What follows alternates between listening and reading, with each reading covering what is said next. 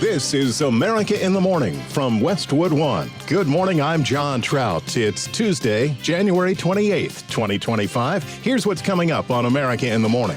The Department of Justice fires more than a dozen people who were involved with prosecutions against President Trump. I'm John Stolnis in Washington. The crackdown on immigration continues and concern in some states grows. I'm Clayton Neville. Rain in Southern California is helping crews battling devastating and deadly wildfires. I'm Ed Donahue. The artificial intelligence boom turns into a bust, at least temporarily, and a leading player sets a one-day record for lost value. I'm Peter Schacknow. An Indiana man was fatally shot by police during a traffic stop, just days after he was pardoned by President Donald Trump. I'm Lisa Dwyer. Mystery into the killing of a border agent deepens, and Google Maps prepping for name changes. All ahead on America in the Morning. The Department of Justice announced more than a dozen employees were fired for their roles as prosecutors involved in cases against Donald Trump before he became president. John Stolnis has the latest from Washington. In a statement, the department said Acting Attorney General James McHenry fired the employees, saying, quote, "In light of their actions, the Acting Attorney General does not trust these officials to assist in faithfully implementing the president's agenda." It went on to say the firings are consistent with their mission of ending the weaponization of the government. Traditionally, career prosecutors are employed across multiple administrations of both parties in an effort to differentiate between political appointees and career law enforcement. Ashley Akers was a former January 6th prosecutor who resigned last Friday. She tells MSNBC the Trump administration isn't interested in independence inside the Justice Department. The message it's sending is adhere to the president and the will of the president, or you'll be fired. And second, it shows a lack of independence of the Department of Justice, which is incredibly scary. Democrats claim the firings are against the law, but Republican Congressman Dan Crenshaw tells CNN if they are, they shouldn't be. By definition, it's his administration. They work for him at the pleasure of the president. And if it's illegal, it should be legal. And that's, look, the firing of federal employees being so difficult as it is, that's something that we need to address as a country, just to make our government more efficient. I mean, that's a longer conversation, but it should be legal, yes. And Crenshaw says he believes the Trump DOJ is doing the will of the voters who elected him in November. Open to interpretation. I think a lot of these federal prosecutors, one might argue, we're going outside the bounds of what their prosecutorial duties might be. I mean, you go on a case-by-case basis. Trump has spent much of his first week in office undoing much of the casework former special counsel Jack Smith had built up during his years of investigating various crimes his office alleges Trump committed, including the pardoning of more than 1,500 people charged with various offenses on January 6th.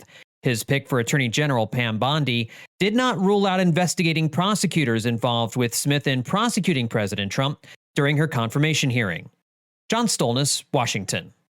The Trump administration is cracking down on immigration as promised, and anticipated concern is beginning to set in across parts of the country. Correspondent Clayton Neville reports. The Trump administration has deported thousands of what they're calling illegal immigrant criminals since taking office just over a week ago. U.S. military flights carrying out deportations to places like Guatemala. Concerns setting in for some. This woman spoke with WFAA TV in Dallas. I am a daughter of 2 immigrants that came here illegally, yes, and that's the only crime they've ever committed. And to see the hatred and vitriol that's being spread in this country, it hurts. President Trump's border czar Tom Homan insisted with Fox News that the crackdown will continue. We're going to do this job, and we're going to enforce the laws of this country. If they don't like it, then go to Congress and change the law. Washington State Democratic Governor Bob Ferguson signed an executive order to create a team to protect residents in his state against President Trump's immigration policies. Even a state like Washington isn't necessarily prepared for something like this, because who would imagine we'd be at this place? So it's important for us to go through our procedures and think about it from a lens of what actually is happening now to make sure we're doing everything we can to be ready for what might be happening. Back in Texas, Fort Worth ISD is now investigating a substitute teacher who allegedly encouraged ICE to deport students from Northside High School. The teacher is said to have posted on an ICE social media post, "Y'all should come to Fort Worth. I have many students who don't even speak English, and they're in 10th and 11th grade." In Texas and other states, rallies held in support of migrants and against the administration's policies. WFAA-TV spoke with demonstrators. I just feel so proud to see all of these flags, and we are good people. We are good people that want to work, and I just feel so proud to see everybody here. Agriculture in states like Florida and California impacted by the new policies. At least for now, migrant workers on farms in those states are reportedly not showing up for work out of fear of being deported. The Trump administration has said, though, that it is going after hardened migrant criminals. I'm Clayton Neville. The top stories of the day are sponsored by Sleep Number. Sleep better together. Save 50% on the new Sleep Number limited edition smart bed. Limited time, exclusively at a Sleep Number store. The unintended consequences of much-needed rain in California. When America in the Morning continues after these messages.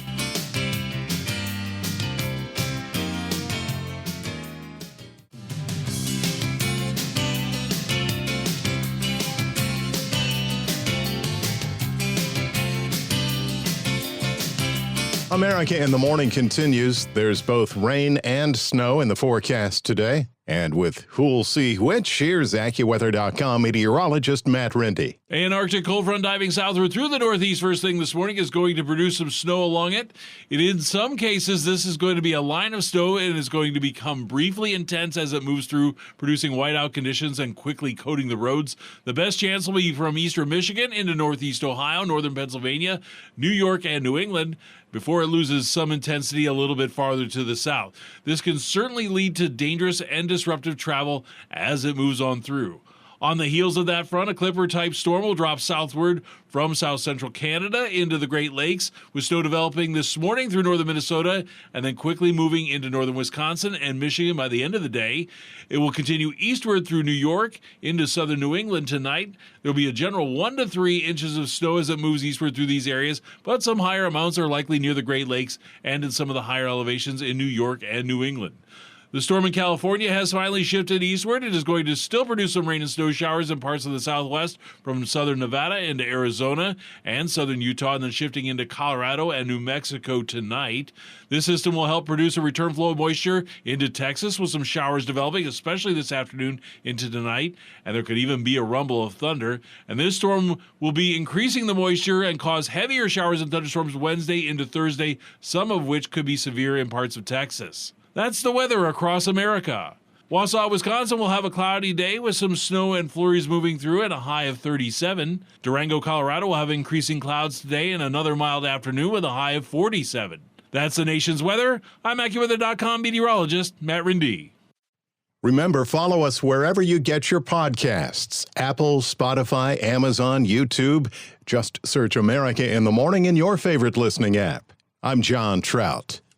The mystery into the shooting of a U.S. border agent in Vermont deepens. Federal prosecutors now say the woman who allegedly opened fire during a traffic stop, killing Border Agent David Maland on a Vermont highway near the Canadian border, used a gun bought by someone who was a person of interest in a double murder in Pennsylvania. The woman, identified as Teresa Youngblood of Washington State, was riding in a car with a German national who recently arrived in the U.S. when they were pulled over.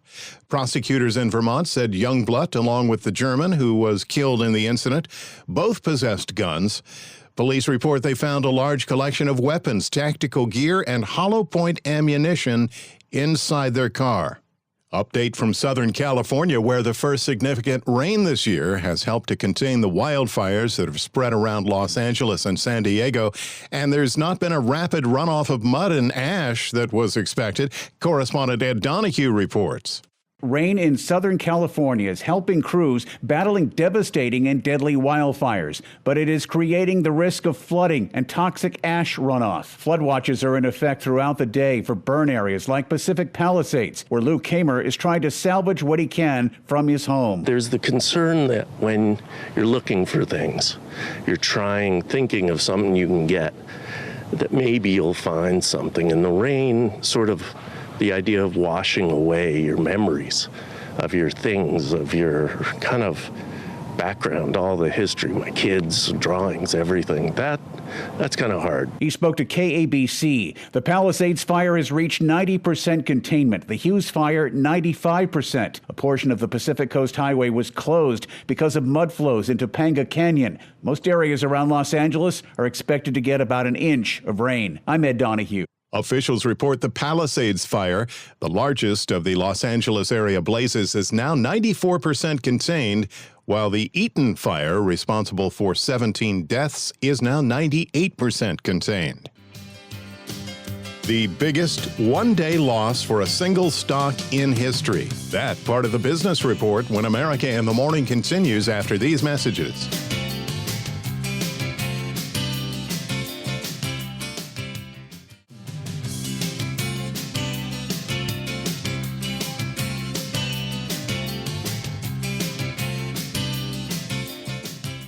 You're with America in the Morning. Thanks for listening. The Business Report is brought to you by Fisher Investments. Fisher Investments is a fiduciary, always putting clients' interests first. Learn more at FisherInvestments.com. In for Jessica Ettinger, today CNBC's Peter Schacknow. It could be a one-day phenomenon or a longer-lasting concern, but investors in artificial intelligence stocks are licking their wounds this morning. AI companies took a beating in Monday's stock market action, stemming from the release of a new artificial intelligence platform from a Chinese company called DeepSeek. The new platform is said to have been developed at a fraction of the cost of U.S. competitors and operates more cheaply as well. NVIDIA tumbled 17% and set a one-day record by losing about $600 billion in market value. Hightower Chief Investment Strategist Stephanie Ling says the market may have overreacted. There are still so many questions. Is the technology from DeepSeek really that much better? Will they be able to take share? And which companies are going to use DeepSeek to launch their massive AI initiatives?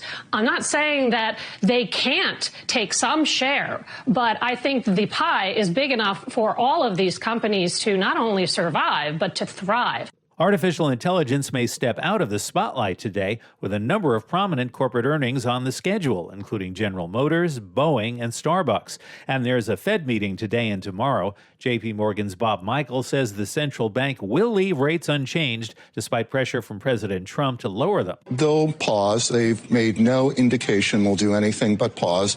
And they should wait out the next couple quarters, see how the data plays out, and be comfortable where they are. For them to cut rates further from here, they'd have to see material weakness in the labor market, and that doesn't look like it's coming. A new report from credit tracking firm VantageScore shows credit card delinquencies near a 5-year high, and it's high-end earners that are a big part of that, according to VantageScore CEO Silvio Tavares. We've seen significant increases in services costs like home insurance, like auto insurance, and that is hitting the high-income consumer harder than most, and that's what's driving that delinquency rate. Credit utilization actually decreased on a year-over-year basis. It was actually down about a full percentage point to about 51.6% credit utilization. Food is in the news today with the largest U.S. pork processor going public. Smithfield Foods will return to the stock market today after going private back in 2013.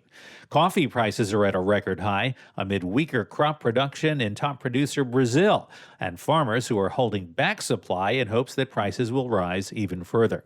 And the nation's largest French fry maker is getting some serious heat from shareholders. Activist investor Jana Partners says Lamb Weston shareholders love the fries but are unhappy with management and the company's performance, and it may launch a fight for seats on the board. The stock is down more than 40% over the past year. Thank you, Peter. CNBC's Peter Schacknow. Say goodbye to the Gulf of Mexico when America in the Morning continues after these messages.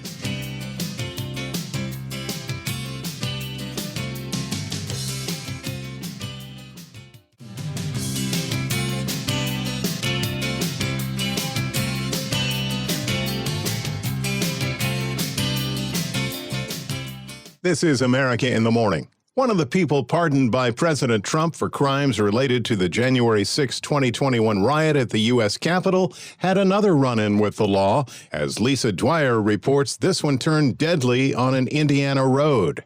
An Indiana man was fatally shot by police during a traffic stop just days after he was pardoned by President Donald Trump for a misdemeanor related to the 2021 U.S. Capitol riot. Police say Matthew Huddle of Hobart, Indiana, was killed by a Jasper County Sheriff's deputy. Indiana State Police say a deputy tried to arrest Huddle when an altercation took place. Investigators also say that Huddle had a firearm. Huddle was sentenced to 6 months in custody in 2023 after pleading guilty to entering the Capitol on January 6, 2021. In court documents, Huddle's attorney at the time said that Huddle just wanted to attend a historic event and had nothing better to do after getting out of jail for a driving offense. I'm Lisa Dwyer. Google has announced its maps will use names for Denali and the Gulf of Mexico favored by President Donald Trump, Mount McKinley, and Gulf of America when federal maps make the switch. The new names would need to be reflected in the Federal Geographic Names Information System run by the U.S. Geological Survey. The tech company said when GNIS makes the changes, alterations for Google Maps will quickly follow. The name changes are not without controversy. Both of Alaska's Republican senators, Lisa Murkowski and Dan Sullivan, say they're against renaming Mount Denali, citing the state's indigenous history. The president of Mexico is also against changing the name of the Gulf, which borders Mexico, Cuba, and the U.S. America in the Morning for Tuesday, January 28th, 2025 is produced by Jeff McKay. I'm John Trout. This is Westwood One.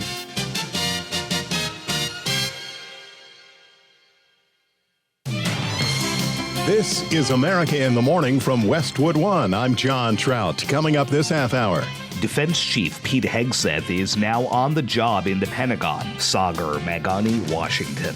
Efforts to become an independent country reemerge in one American state. I'm Clayton Neville. Holocaust Remembrance Day, and this week's flurry of Senate hearings for Trump nominees. Florida lawmakers reject the special session on immigration called by Governor DeSantis. I'm Pamela Furr. Chinese AI startup DeepSeek is being blamed for the tech stock crash. I'm Chuck Palm. Bills targeting vaccination policy stack up in more than 15 state houses across the U.S. Jennifer King, Washington. Back after these messages.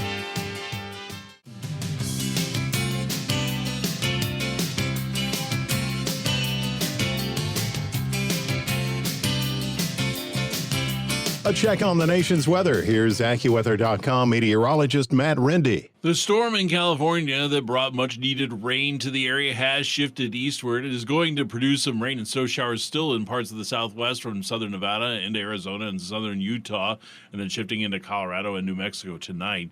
This system will help produce a return flow of moisture into Texas with some showers developing, especially this afternoon into tonight, and there could even be a rumble of thunder.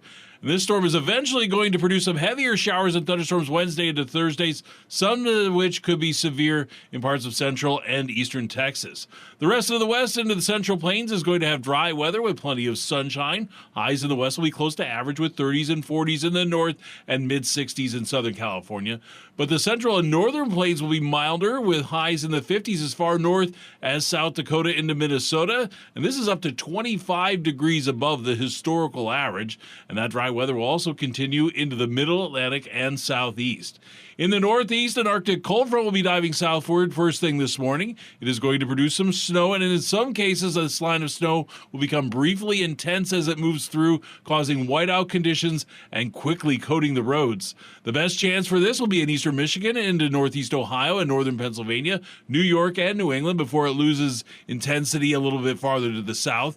This can certainly lead to dangerous and disruptive travel as it moves through. On the heels of that, we'll see a clipper system moving southward from south central Canada into the Great Lakes with snow developing this morning in northern Minnesota and then quickly moving through northern Wisconsin and Michigan by the end of the day. And then it will continue eastward through New York into southern New England tonight. That's the nation's weather. I'm AccuWeather.com meteorologist Matt Rindy.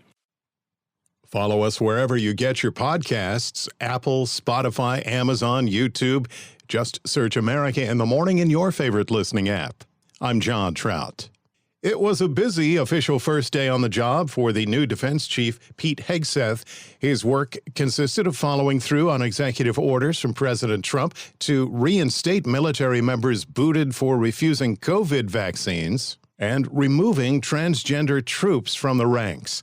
As Washington correspondent Sagar Meghani reports, the defense secretary also had to fix an issue stemming from the removal of DEI initiatives across the military.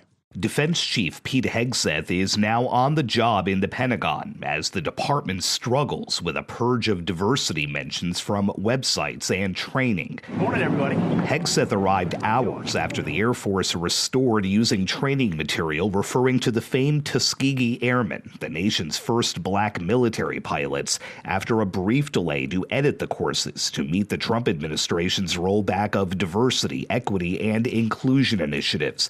Hegseth did not mention the issue this morning, but said military training will have a focus. Our job is lethality and readiness and warfighting. We're going to hold people accountable. I know the chairman agrees with that. The lawful orders of the President of the United States will be executed inside this Defense Department swiftly and without excuse. Hegseth says there will be more executive orders on removing DEI inside the Pentagon and reinstating troops pushed out due to COVID mandates, and says the military will keep backing the president's efforts to secure the southern border. Whatever is needed at the border will be provided. President Trump is expected to sign several executive orders focused on the military. It's an honor to be here. As he arrived at the Pentagon, Hegseth forecasts the moves. On removing DEI inside the Pentagon, reinstating troops who were pushed out because of COVID mandates, Iron Dome for America.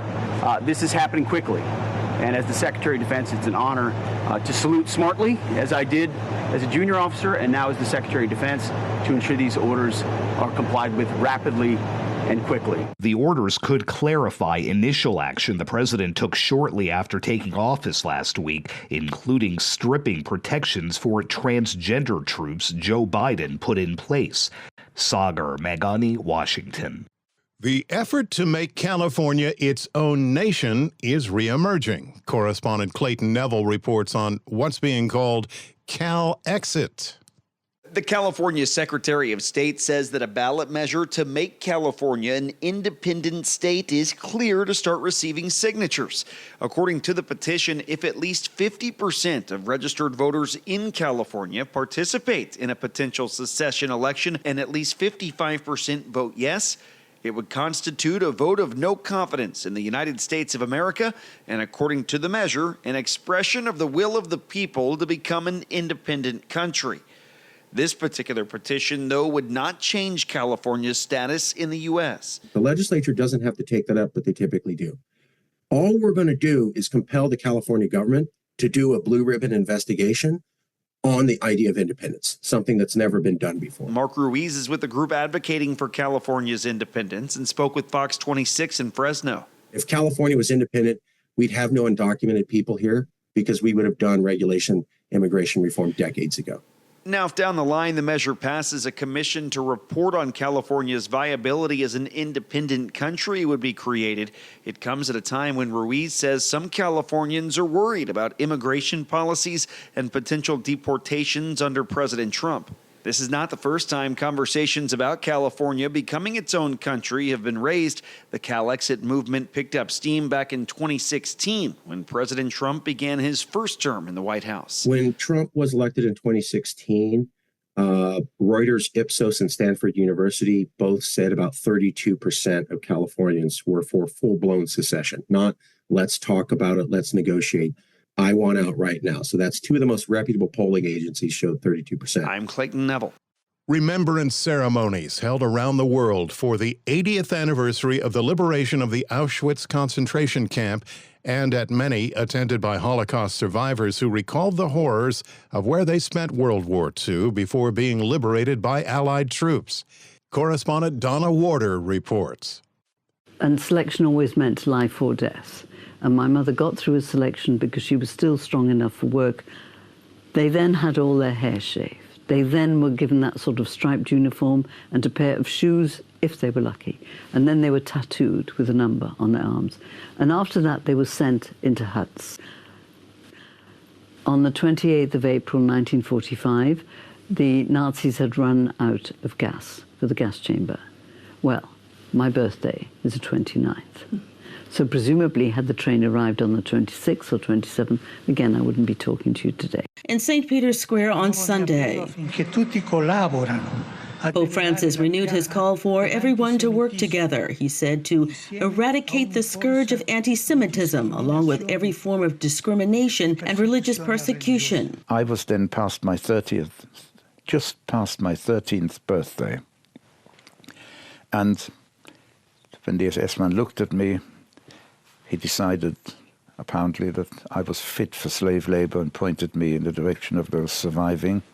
My little brother, aged 9, did not, so he lost his life. He was murdered. In London, 94-year-old Manfred Goldberg said he survived the Holocaust because he was seen as slave labor, but his 9-year-old brother did not and was murdered. The mourning took place internally, but if he had refused to go to work, we would have lost our lives, because that was the purpose of keeping us alive, even if on a starvation diet, to gain from our slave labor until we lost strength. Goldberg survived the Polish concentration camp Stutthof near Gdansk, where more than 60,000 people died from typhus, lethal injections, or the gas chambers. I'm Donna Warder. Audio courtesy Sky News. When we return on America in the Morning, DeSantis dissed by the GOP and earthquake in New England. That and more after these messages.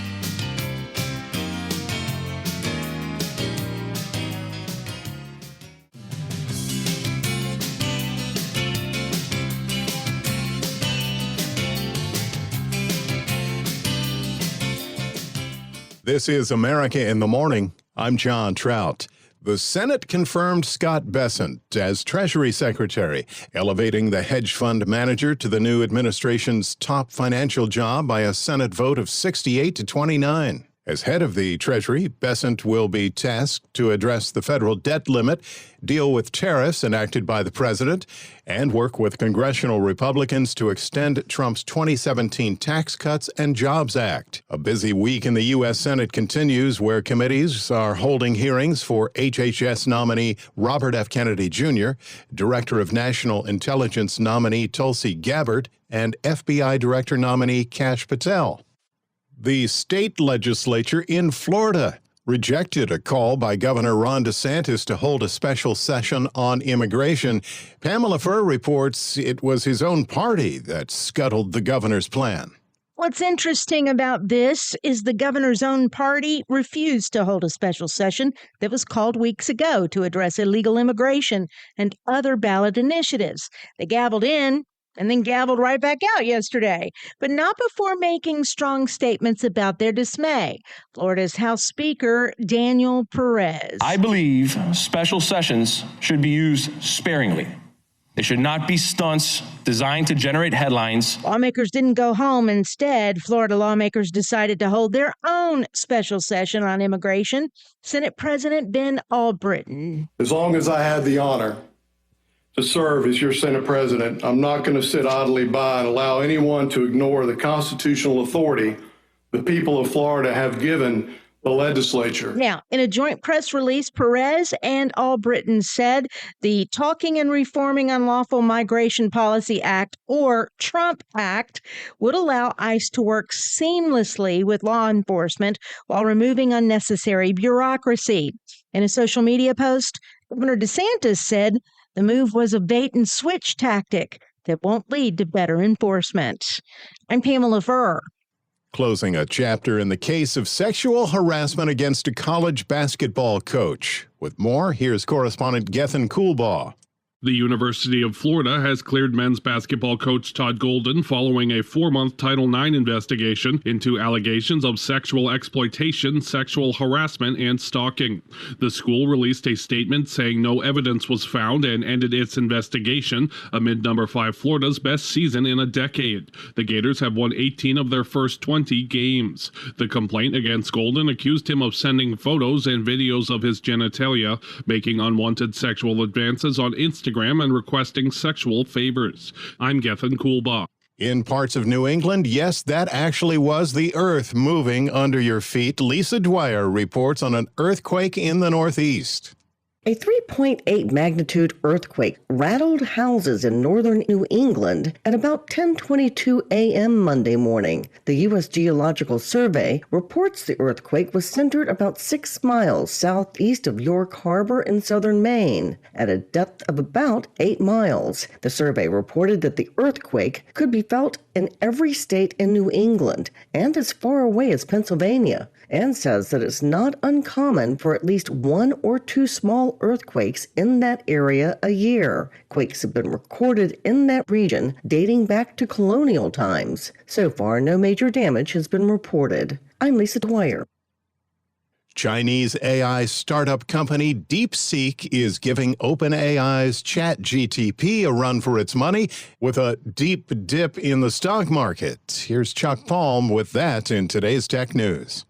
In the past 24 hours, Chinese AI startup DeepSeek has set the internet on fire. According to Chinese corporate records, quantitative hedge fund High Flyer and DeepSeek co-founder Liang Wenfen has released several updated versions of the DeepSeek software that has dethroned ChatGPT as the #1 download on the Apple Store and has shaken up the AI sector as well as tech stocks, which plummeted on Monday. Unfortunately, due to a cyber attack, outages on the website after the assistant became the top-rated software has forced the company to throttle some of the downloads. Tech company Scale AI's CEO Alexander Wang said during an interview with CNBC Thursday that it's likely that DeepSeek has 50,000 NVIDIA H100 chips, which he claimed they will not disclose because it would violate Washington's export controls that ban AI advanced chips. Others on the X platform have also claimed that DeepSeek has cheated by using copyright data to train the AI.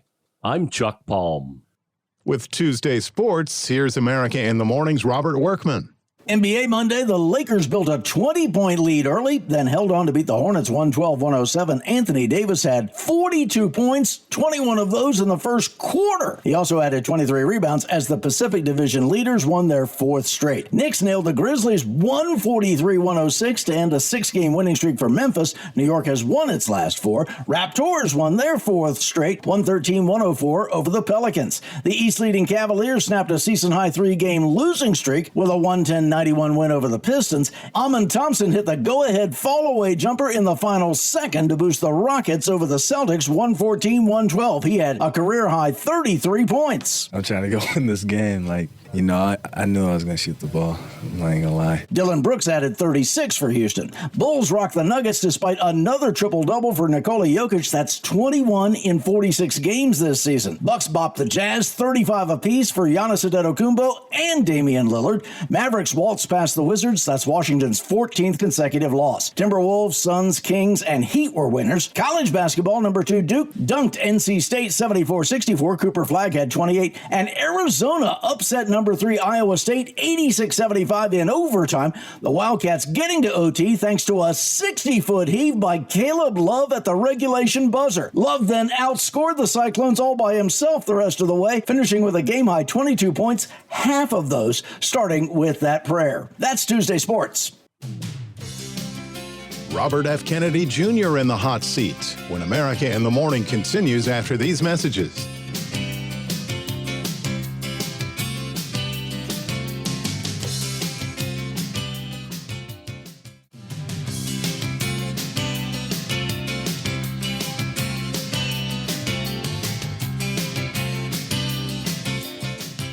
Welcome back. This is America in the Morning.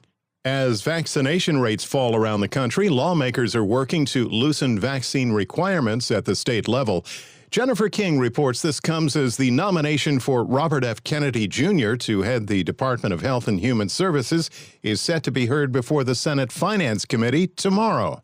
Health advocates are reacting with concern as bills targeting vaccination policy stack up in more than 15 state houses across the U.S. State lawmakers see a political opportunity during President Trump's administration. Scott Burris with Temple University's Center for Public Health Law Research says a backlash against COVID-19 vaccines has grown to include more routine vaccinations. Bills in North Dakota and Indiana seek to establish state-level versions of the vaccine injury database maintained by the CDC. New York, Virginia, Connecticut, and Mississippi have introduced bills to restore or expand religious exemptions from immunization mandates. In West Virginia, Republican Governor Patrick Morrisey issued an executive order to enable religious exemptions for the first time. Bills in Wyoming, Oregon, and Oklahoma would prohibit discrimination against people who aren't vaccinated. Vaccination rates to fight dangerous infections like measles and polio continue to fall nationwide, and whooping cough cases have reached a decade high. Jennifer King, Washington. Musical artists around the world seem very leery of artificial intelligence, and two of the UK's best known are speaking out about AI. Here's Kevin Carr with more on the story. Today, the House of Lords in the United Kingdom is considering a bill that will overhaul copyright protections in that country. Music legend Paul McCartney granted a rare interview to the BBC this weekend criticizing the bill. They write a beautiful song, and they don't own it. And they don't have anything to do with it, and anyone who wants can just rip it off. Essentially, the bill will allow AI companies to train on any artist's work available on the internet without prior permission. McCartney sees this as a strike against artists. The money's going somewhere. You know, when it gets on the streaming platforms, somebody's getting it. And it should be the person who created it. Another music legend, Elton John, has thrown his support behind McCartney. John told the Sunday Times that this would, quote, allow big tech companies to gain free and easy access to artists' work in order to train their artificial intelligence to create competing music. This might sound alarmist to some, but John has a point, as you can hear in this clip. And can you feel the love tonight? That was not Elton John. Instead, it was generated by YouTuber A.B. Hockle using AI to mimic the artist's style in 1977. McCarthy warns that if AI is used to circumvent or replace the original artist, it will stifle creativity and art itself. Make sure you protect the creative thinkers, the creative artists, or you're not going to have them. I'm Kevin Carr. That's our show for today, Tuesday, January 28th, 2025. America in the Morning is produced by Jeff McKay. I'm John Trout. This is Westwood One.